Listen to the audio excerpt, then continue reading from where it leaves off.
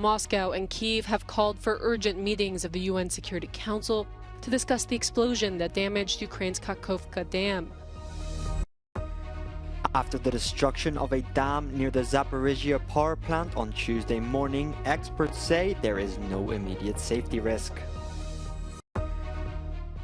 Ukraine has called Russia a terrorist state during its opening arguments at a top UN court.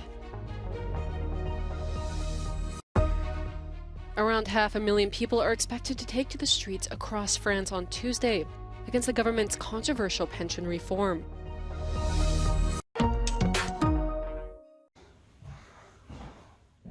Flooded streets and destroyed homes in Kherson as the Ukrainian city is still reeling from the dramatic rupture of the Kakhovka Dam, which was partially destroyed by an explosion.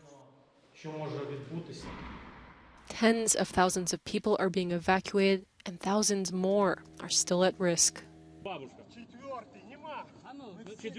Із ночі триває затоплення районів півдня нашої країни. Щонайменше 100 тисяч людей жили в цих районах до російського вторгнення.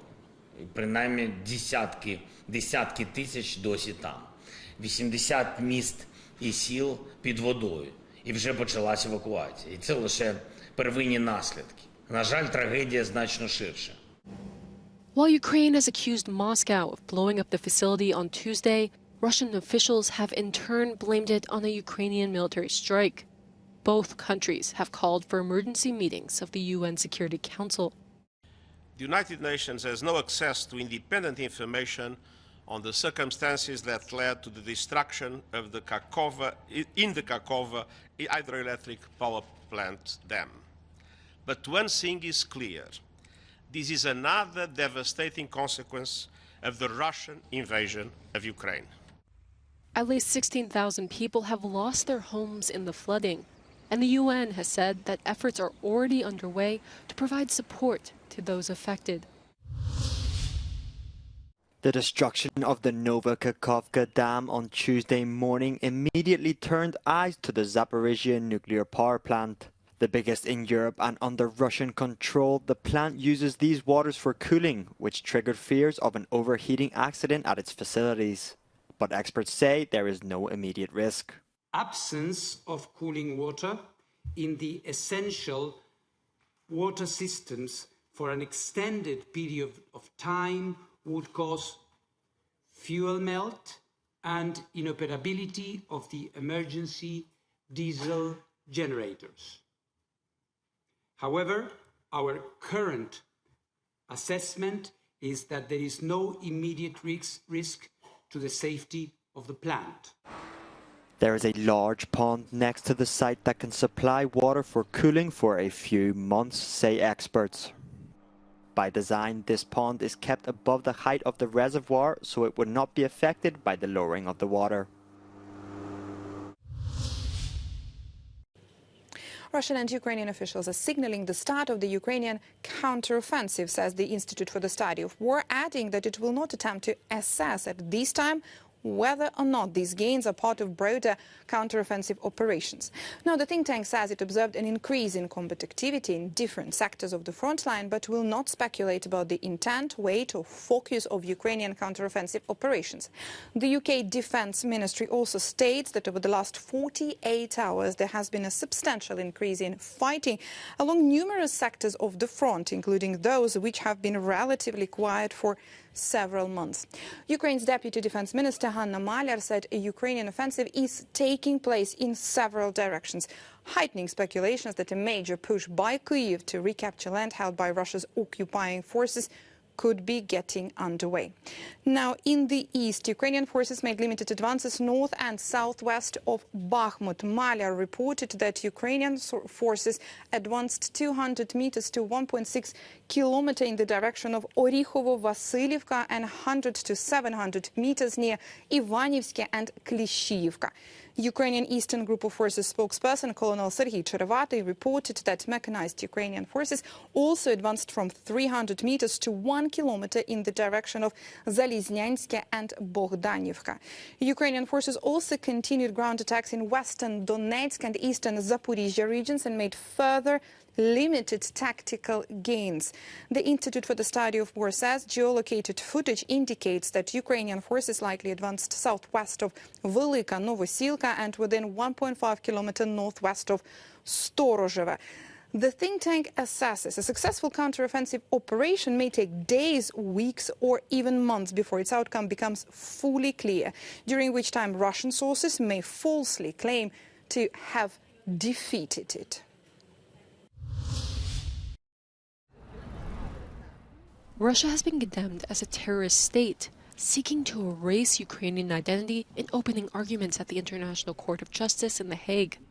The case has been brought by Kyiv, which is asking the UN top tribunal to order Moscow to pay reparations for historic attacks in rebel-held areas of eastern Ukraine and for the seizing of Crimea. Look at what happens now.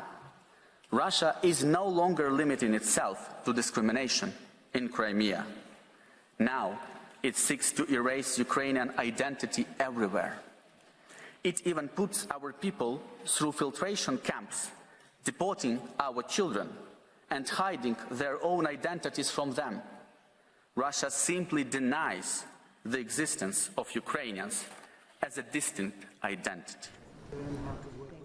Russia's representatives will present their position in a response on Thursday. The case is one of several legal proceedings against Russia linked to Ukraine.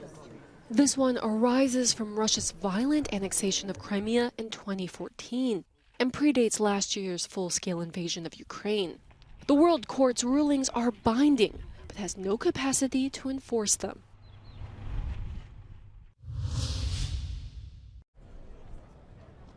Hundreds of thousands of people took to the streets across France on Tuesday as part of nationwide protest against the country's contentious pension reform, which will push back the minimum retirement age from 62 to 64, a change that is unacceptable for trade unions and demonstrators who briefly occupied the headquarters of the organizing committee of the Paris 2024 Olympic Games. Cette réforme, elle est malheureusement promulguée et les décrets 64 ans sont publiés. C'est une réalité. Ça ne veut pas dire qu'on l'accepte. Ben non, mais ça ne veut pas dire qu'on l'accepte, mais la façon de ne pas l'accepter, elle va bouger. Ça ne fera pas les mêmes formes de mobilisation qu'on a eues jusqu'alors. Supporters of the reform say it is needed to finance the country's pension system as the population ages. There were around 250 marches, rallies, and other actions planned across the country. In some places, such as Toulouse, demonstrations turned violent as protesters and police officers clashed. The game is almost over. The surprising statement by one of France's main union leaders this Tuesday, saying that even though the anger and the discontent among the French public are likely to continue, protests like the ones we've been seeing across the country will most certainly die down. It's been 5 months since a wave of social unrest has rocked this country, sparked by the French government's decision to reform the pension system and raise the retirement age from 62 to 64, something that Emmanuel Macron himself has come forward several times, stating it was necessary for this country's future. So much so that his administration bypassed Congress and pushed the bill into law without a vote, something that angered protesters even further and sparked fears of the return of the kind of violence we saw here in this country back in 2018 with the Yellow Vests movement. Those fears haven't materialized, but this Tuesday, Emmanuel Macron and his entourage are certainly breathing a sigh of relief over the prospect of a few calm weeks and perhaps even months. But for people in the streets of Paris and other major French cities this Tuesday, things are still very serious. They say this is no game. What is at stake here is theirs and their country's future. Annelise Borges in Paris for Euronews. The PGA Tour, DP Tour and Live Golf have stunned the sporting world by announcing they are merging to form a new collectively owned entity. As part of this agreement, pending litigation between the tours will be halted, allowing them to forge ahead as a unified entity. Over the past year, the emergence of the Saudi Live circuit has caused a fracture in men's professional golf, attracting several top players with its substantial prize funds.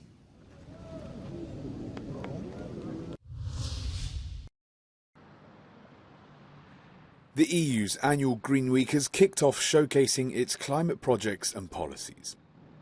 Although the first meetings began on Saturday, the European Commission launched 2 days of debates and conferences in Brussels on Tuesday, the aim of which to achieve a climate-neutral world. The political leaders present stressed the need to change mentalities and, above all, to involve citizens.